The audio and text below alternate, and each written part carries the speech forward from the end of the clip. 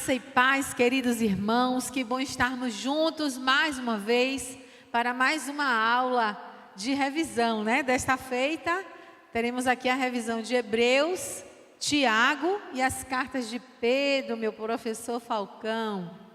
Glória a Deus, que bom que você chegou aqui, que bom que você está nos acompanhando. Imagino que você tem sido edificado pelos nossos encontros, nossas aulas, nossos professores têm se dedicado, se empenhado tanto no presencial quanto aqui no online. Muito obrigado desde já a cada um de vocês. Vamos orar então para começar? Deus, nós te louvamos mais uma vez, reconhecendo a tua soberania, reconhecendo a bondade do Senhor que tem sido sobre nós, reconhecendo, ó Deus, a ministração do Espírito Santo constantemente através da tua palavra. Que o Senhor continue nos conduzindo em mais uma aula de revisão para a glória do teu nome, em nome de Jesus. Amém. Então nós vamos começar hoje, né, com o nosso resumo da carta aos Hebreus com a nossa professora Soraya. Tem a oportunidade então. Graça e paz, queridos. Mais uma vez, como disse a professora Karine, que bom tê-los aqui conosco, né? Eu quero desafiar você a voltar lá nas nossas lições, nos nossos estudos da nossa escola bíblica online, a nossa playlist aí no aplicativo da igreja ou no YouTube também, ver as nossas lições de Hebreus, Tiago e 1 e 2 Pedro, para que você possa se aprofundar. Mas falando da carta aos Hebreus, né, há um mistério que cerca esta carta, que é a respeito da sua autoria, né? Muitos dizem que foi Paulo, alguns dizem Apolo, alguns até puxam uma sardinha para Priscila, não gosto sei, muito de Apolo, né? aqui como autor dessa Mas, carta, eu gosto da ideia de Paulo, né? Então, quem será? Mas não aprove ao Senhor sabermos dizer quem foi o autor desta carta, porque eu acredito, meus amados irmãos, que esta carta é tão sobre Jesus Cristo, é tão sobre a supremacia do Senhor Jesus, é tão sobre uma aliança mais excelente, que o escritor, porque o autor, né, sabemos que é o Senhor Jesus, o Senhor Deus, o escritor não considerou importante revelar, colocar ali na apresentação quem ele era. Ele considerou que era mais importante falar da supremacia de Cristo, revelar que a aliança de Deus era a aliança de Cristo, a aliança que estava sendo feita em Cristo era mais importante do que a aliança feita anteriormente, do que a aliança de Moisés, do que a aliança davídica, do que a aliança abraâmica. A aliança em Cristo é superior em tudo. O sacerdócio de Cristo, o reinado de Cristo, tudo em Cristo é superior. Então, Hebreus é sobre isso. Hebreus é resumo do resumo, a superioridade de Cristo. E o verso-chave de Hebreus é Hebreus capítulo 8, verso 6, que diz assim: agora, com efeito, obteve Jesus ministério tanto mais excelente, quanto é ele também mediador de superior aliança, instituída com base em superiores promessas. Porque se aquela primeira aliança tivesse sido sem defeito, de maneira alguma estaria sendo buscado lugar para uma segunda. Então, olha aí, ó. Superior aliança, superiores promessas, superior ministério, superior mediador. O que nos leva à expressão-chave do livro, que é a supremacia de Cristo. Hebreus nos mostra, então, os ofícios de Jesus Cristo como rei, sacerdote e filho de Deus. Jesus Cristo é o nosso rei, Jesus Cristo é o nosso sacerdote e Jesus Cristo é o Filho de Deus. Os capítulos 1 a 4 de Hebreus falam da superioridade da pessoa de Jesus Cristo. Os capítulos 5 a 10 de Hebreus falam sobre a superioridade da obra de Jesus Cristo. E os capítulos de 11 a 13 de Hebreus falam sobre a superioridade de uma vida em Cristo, e a isso diz respeito a nós, a nossa vida, como nós podemos viver uma vida em Cristo, e isso nos dará uma vida superior. Você deseja uma vida superior? Então viva uma vida em Cristo, e só assim você será capaz de viver uma vida superior. Não superior porque você vai ser melhor do que ninguém, mas porque quando vivemos em Cristo temos uma qualidade de vida superior. Esse texto, ele foi direcionado, a carta de Paulo aos Hebreus, foi direcionada ao povo judeu cristão, convertido, que passava por perseguições por causa da sua fé. Você tem sofrido perseguições por causa da sua fé? Esse texto é para você. Você é um cristão? Esse texto é para você. Então, não somente para aqueles cristãos lá do primeiro século, mas a Bíblia se aplica a nós. Então, irmãos, entenda, a epístola aos Hebreus é escrita para afirmar a doutrina cristã a partir da lei. Ela é escrita para nos estimular a permanecer ao lado de Cristo. Não desista. Estar com Jesus é sempre melhor.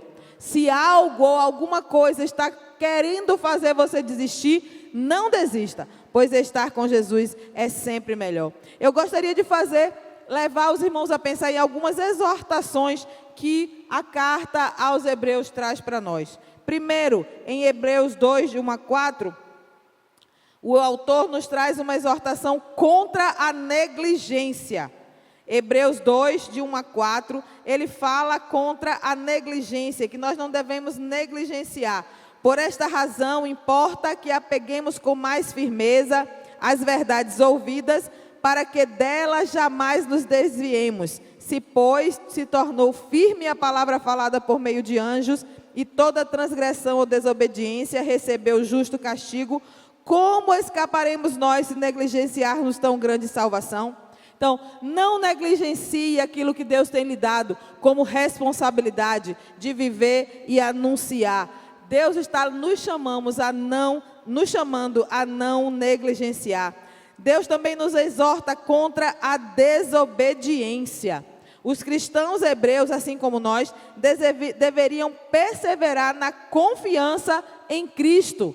Assim como como os judeus no passado, os cristãos agora deveriam perseverar. Hebreus capítulo 4 e versos de 11 a 13 vai nos falar sobre isso. Hebreus capítulo 4, versos de 11 a 13. Esforcemo-nos, pois, por entrar naquele descanso, a fim de que ninguém caia segundo o mesmo exemplo de desobediência. Porque a palavra de Deus é viva e eficaz, e mais cortante do que qualquer espada de dois gumes, e penetra até o ponto de dividir alma, espírito, juntas e medula, e apta para discernir os pensamentos e propósitos do coração. E não há criatura que não seja manifesta na sua presença.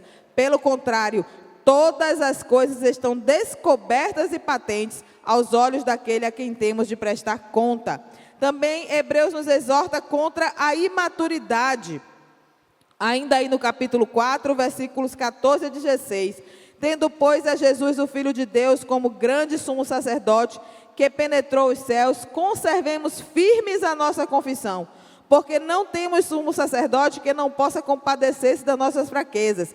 Antes foi ele tentado em todas as coisas a nossa semelhança, mas sem pecado. Acheguemo-nos, portanto, confiadamente ao trono da graça, a fim de recebermos misericórdias e acharmos graça para socorro em ocasião oportuna.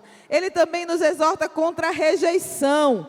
Também nos exorta contra o desprezo, irmãos, contra o desprezo, a rejeição deliberada de Cristo e das responsabilidades da nossa aliança.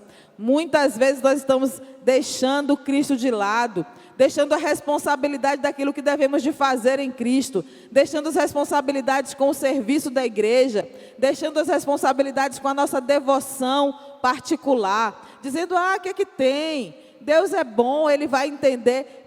A Hebreus nos exorta, não é assim. E ele também nos exorta contra a acomodação.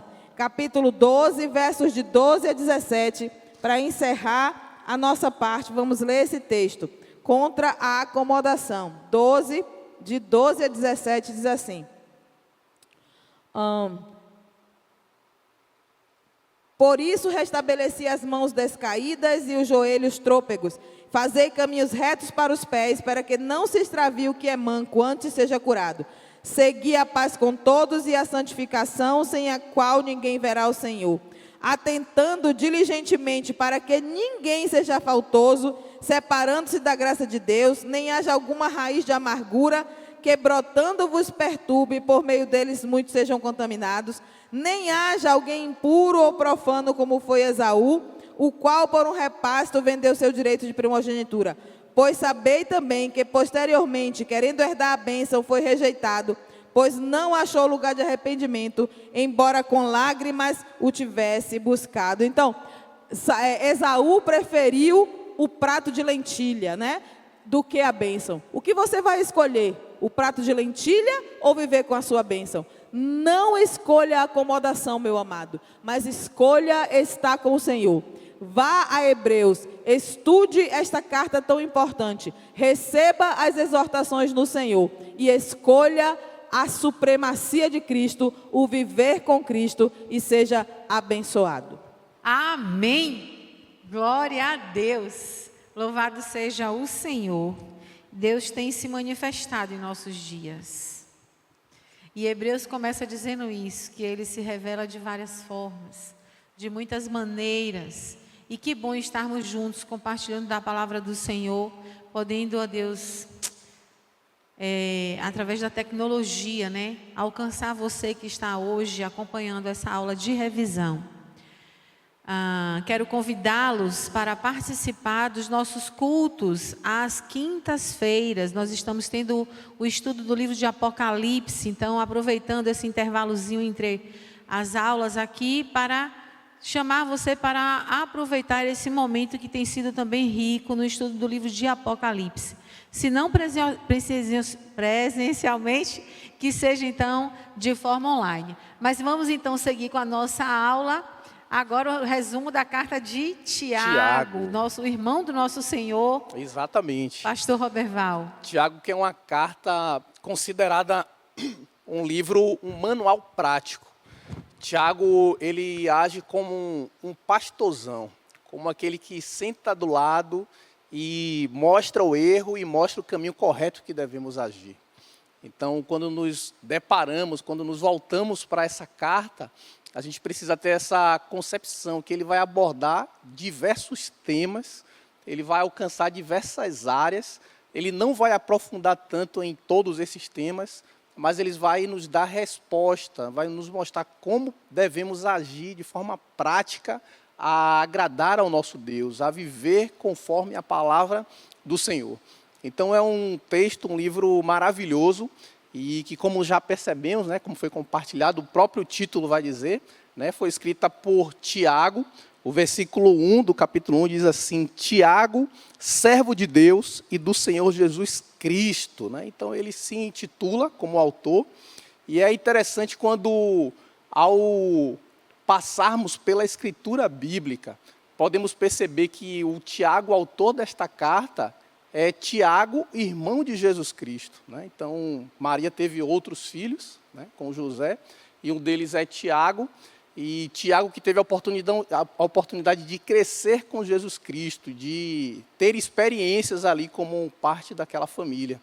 Mas, quando olhamos nas Escrituras, Tiago, mesmo tendo esse contato com Jesus, ele não acreditava em Jesus como Salvador. Porém, após a morte e a ressurreição de Jesus Cristo, quando ele presencia e tem esse contato, então ele se converte, passa a ser um seguidor de Cristo Jesus como Messias, como Salvador, e então até a ser líder, né, liderança das igrejas. Foi um dos líderes da igreja de Jerusalém.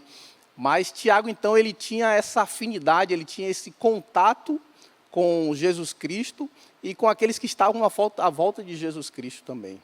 E sendo o líder, nesse momento, então, ele escreve às igrejas, escreve aos cristãos, principalmente os cristãos judeus, né, especificamente, na verdade, compreendendo a situação em que viviam. Era um momento de perseguição.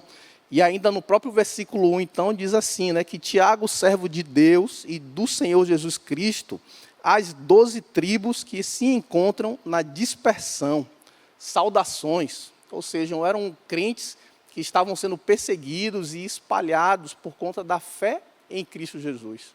E Tiago, tendo essa relação com eles, tendo uma relação próxima com Cristo Jesus, sendo impactado e convertido, né, mesmo depois já de adulto e de ter uma caminhada com Jesus Cristo, nesse momento ele deseja encorajar e exortar aqueles crentes a perseverarem, mesmo nessa circunstância tão difícil de perseguição, mesmo muitas vezes sendo confrontados a escolher um caminho mais fácil, mas a corresponder com o sacrifício de Cristo Jesus por eles, mas por todos nós. Então, Tiago tem esse propósito, ele procura trazer esse alento e essa orientação de forma prática. Então, são diversos temas, diversos assuntos. Eu vou procurar trazer um resumo aqui breve, mas ele vai falar sobre as provações, ali no capítulo 1, sobre a sabedoria do Senhor, sobre humildade, a tentação, vamos ver a origem, né, dos pecados, ali em Tiago 1, versículo 12 ao 15. Vai falar sobre ira, sobre o quanto devemos não simplesmente ser ouvintes da palavra, mas praticantes. Devemos viver uma vida de piedade, de imparcialidade, sem escolher lados ou partidos. Nos relacionarmos com a lei do Senhor, com a palavra dele, realizarmos obras e entender a relação das obras com a fé, sermos prudentes, cuidadosos com a nossa língua, desenvolvermos submissão, né? Ele fala sobre o julgamento também, sobre a autossuficiência e o quanto isso consome e tira o nosso foco e a nossa dependência de Deus. Fala sobre materialismo, sobre a paciência, sobre a firmeza e sobre a oração. Então, Tiago, esse pastorzão e buscando trazer esse alento, esse cuidado para os crentes, ele vai trazer todos esses temas, né, diversos temas, com o propósito, independente da sua circunstância, independente do quão afastado você esteja, né, ou isolado de outras comunidades, mas persevera, descansa no Senhor, né, e a perseverança, ela traz esperança, ela tem proveito, ela traz crescimento.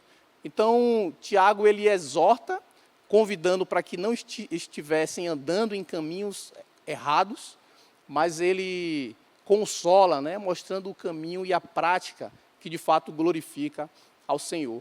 E é muito interessante perceber que pela sua relação com Cristo Jesus, ele foca o seu ensino e a sua orientação não simplesmente num próprio conhecimento, numa própria experiência, mas ele faz a relação com os próprios ensinos de Cristo Jesus.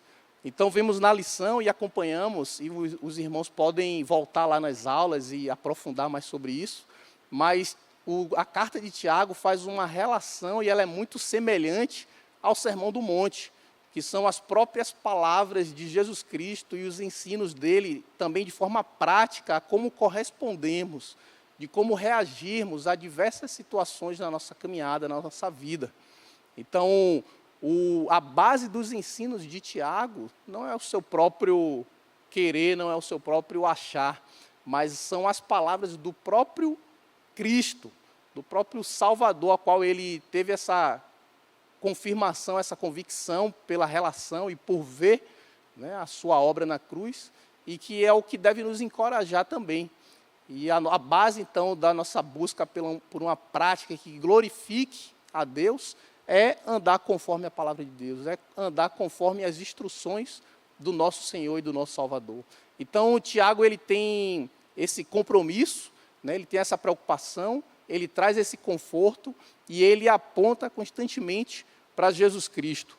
Quando nos voltamos novamente para quando ele sauda, né, aos seus destinatários, de forma humilde ele se apresenta, né, não como o irmão, não como alguém que tem uma posição especial, mas ele se coloca como servo, né, ele diz que ele é servo de Deus e de Jesus Cristo. E em toda a carta a gente não vê grandes momentos falando sobre Jesus Cristo, mas é possível perceber que sim, o seu texto e os seus ensinos estão voltados para aquilo a qual Jesus Cristo ensinava, que ele falava. Então, sim, precisamos descansar, confiar e buscar todas as nossas respostas em Cristo Jesus, que é o único caminho, é a única certeza de vida eterna, de relacionamento com Deus.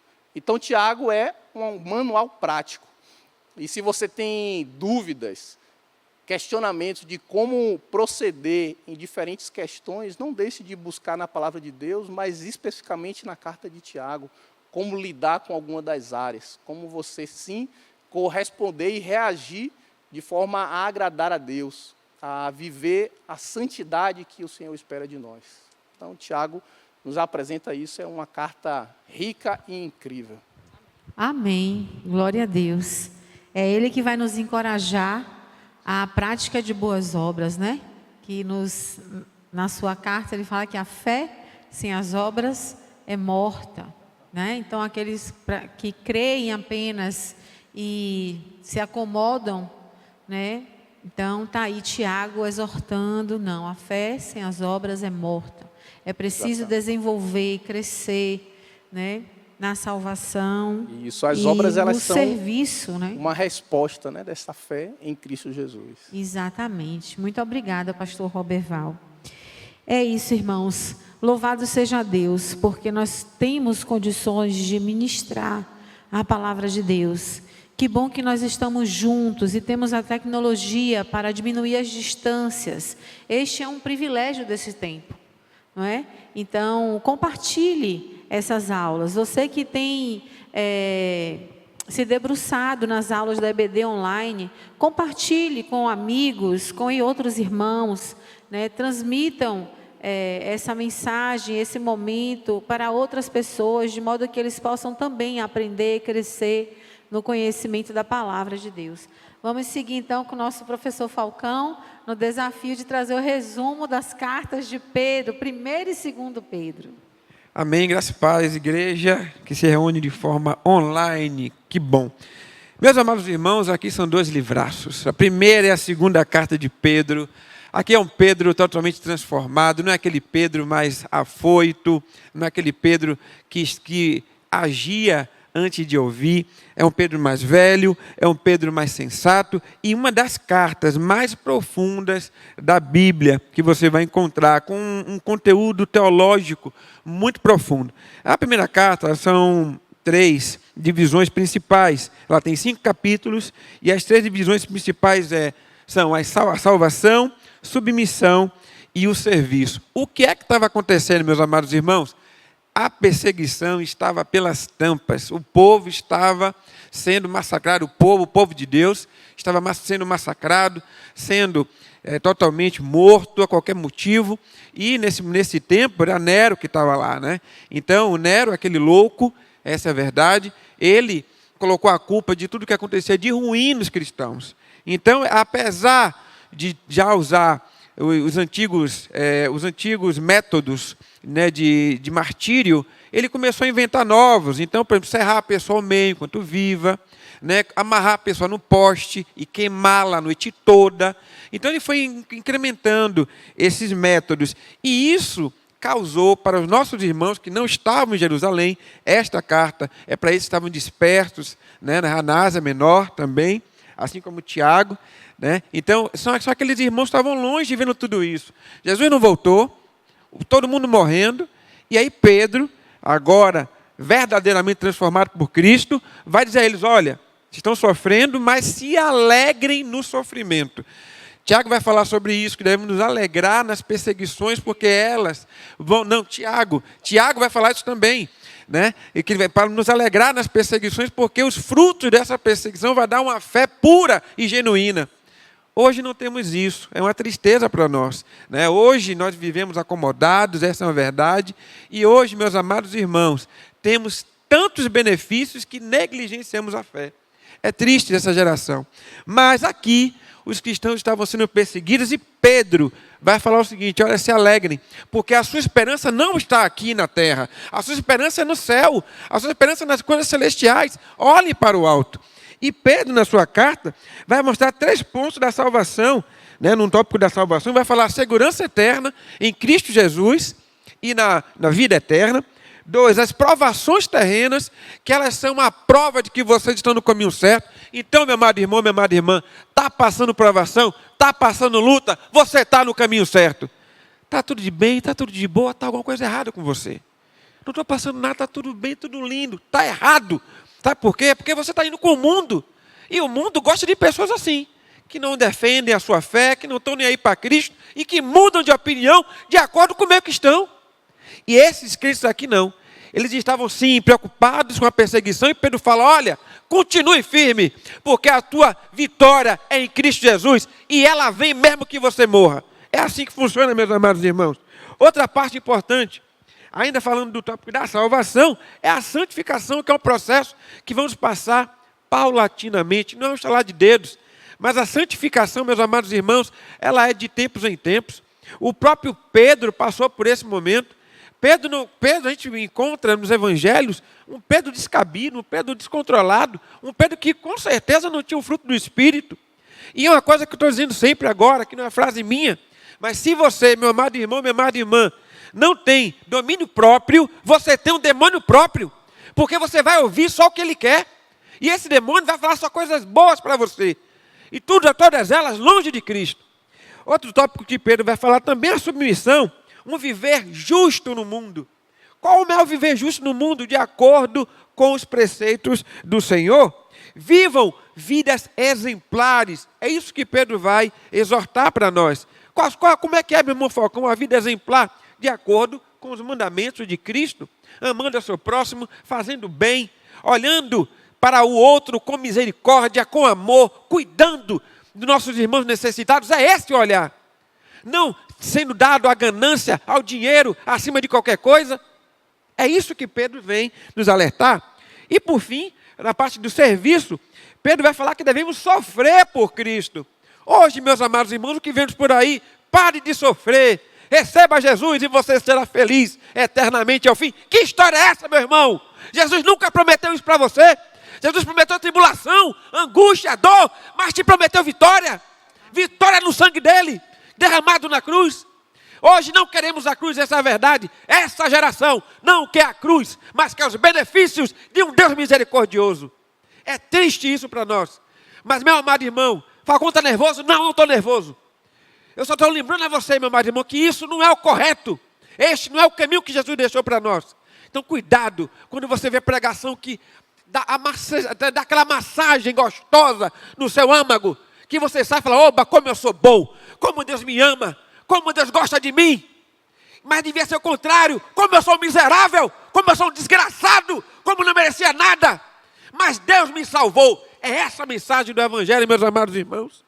E a segunda carta, porque meu tempo é curto, vai falar da graça, do crescimento do cristão na graça de Deus. Ela vai falar também, exortando 3 pontos principais. São apenas 3 capítulos. Primeiro, é permanecer firme na verdade. O que é a verdade? Meu irmão, minha irmã, não relative a verdade. Não deixe ela relativa, não relativize a verdade. Em nome de Jesus. A verdade é o caminho de Jesus. Jesus é a verdade. Não existe nada fora de Jesus. Nada. Então, meus amados irmãos, Jesus falou que Ele é o caminho, a verdade e a vida. Deixa eu falar rapidinho porque Jesus falou isso. No desenho do tabernáculo são 3 divisões. A primeira divisão tinha uma porta, a segunda, que é só os sacerdotes entravam, tinha uma segunda porta, e a terceira, que é o Santo dos Santos. A primeira porta, que o pessoal entrava para fazer o sacrifício, se chama caminho. A segunda porta, que só os sacerdotes entravam, o nome dessa porta é verdade. E a terceira porta, que era um véu, que era o Santo dos Santos, aquele véu chamava vida. É por isso que Jesus fala que eu sou o caminho, a verdade e a vida, e ninguém vem ao Pai, senão por mim. Olha que coisa linda, meus amados irmãos, como tudo está conectado. Então Pedro vem trazer isso, fique na verdade, a verdade é Cristo.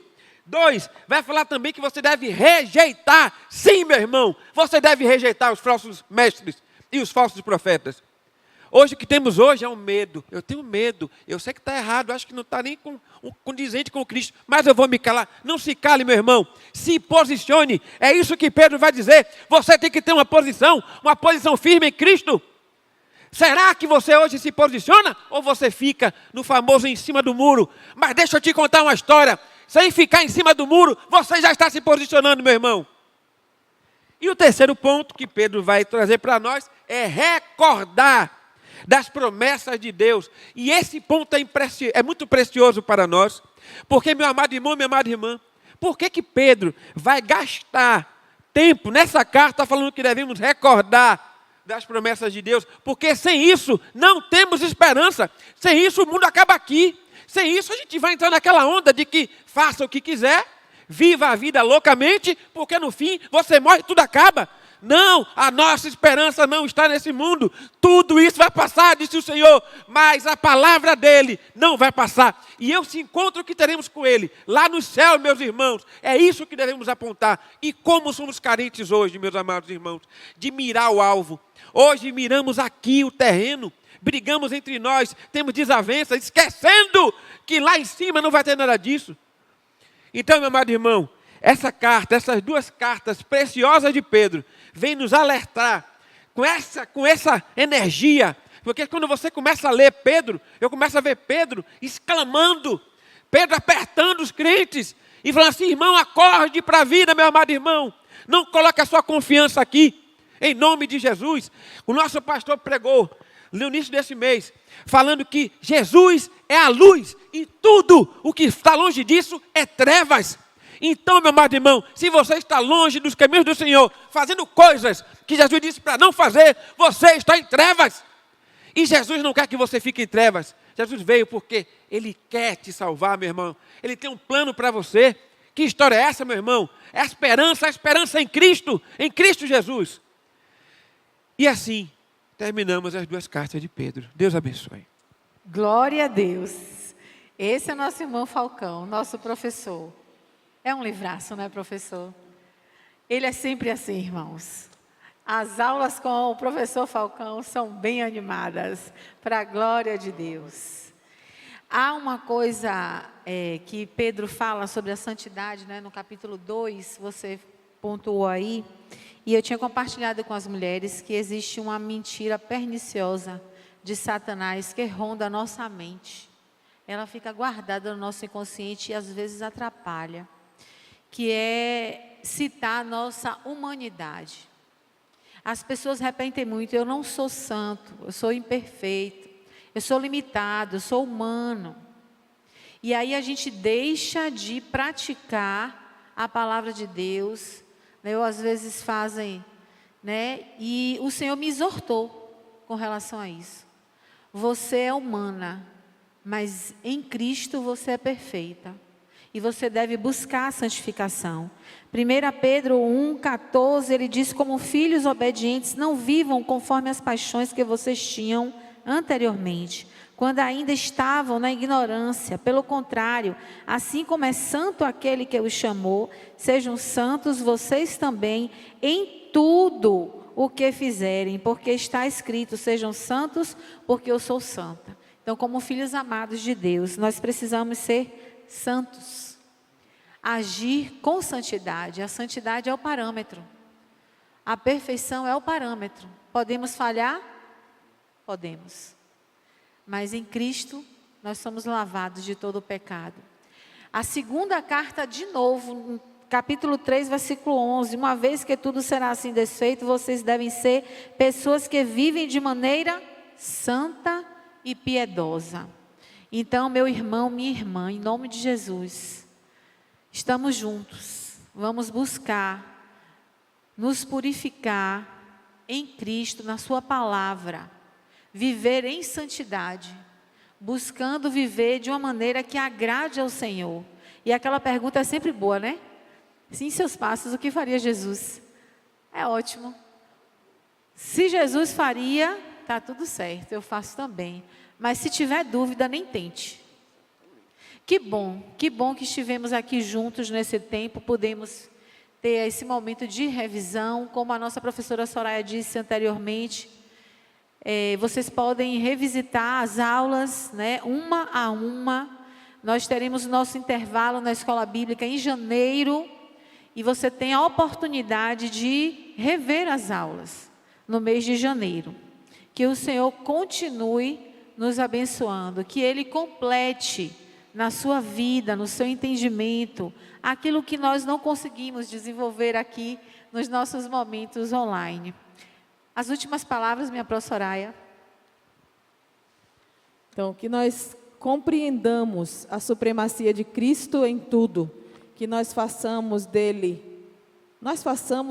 que nós permitamos em nossa vida que ele seja o nosso sumo sacerdote, o nosso rei e Senhor, para que o Senhor, Deus, seja o Senhor das nossas vidas completamente.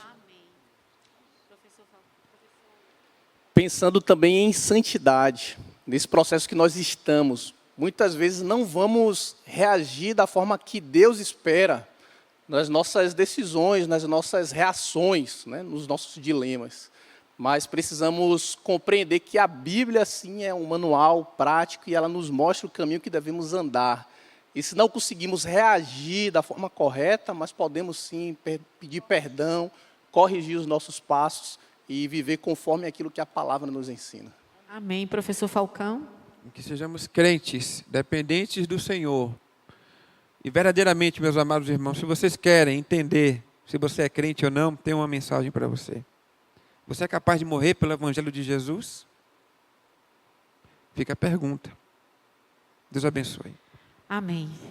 Eis o desafio. Que o Senhor continue nos abençoando até a nossa próxima aula com a revisão dos últimos livros. As cartas do apóstolo João, as cartas de João, Judas e Apocalipse. Deus continue nos abençoando.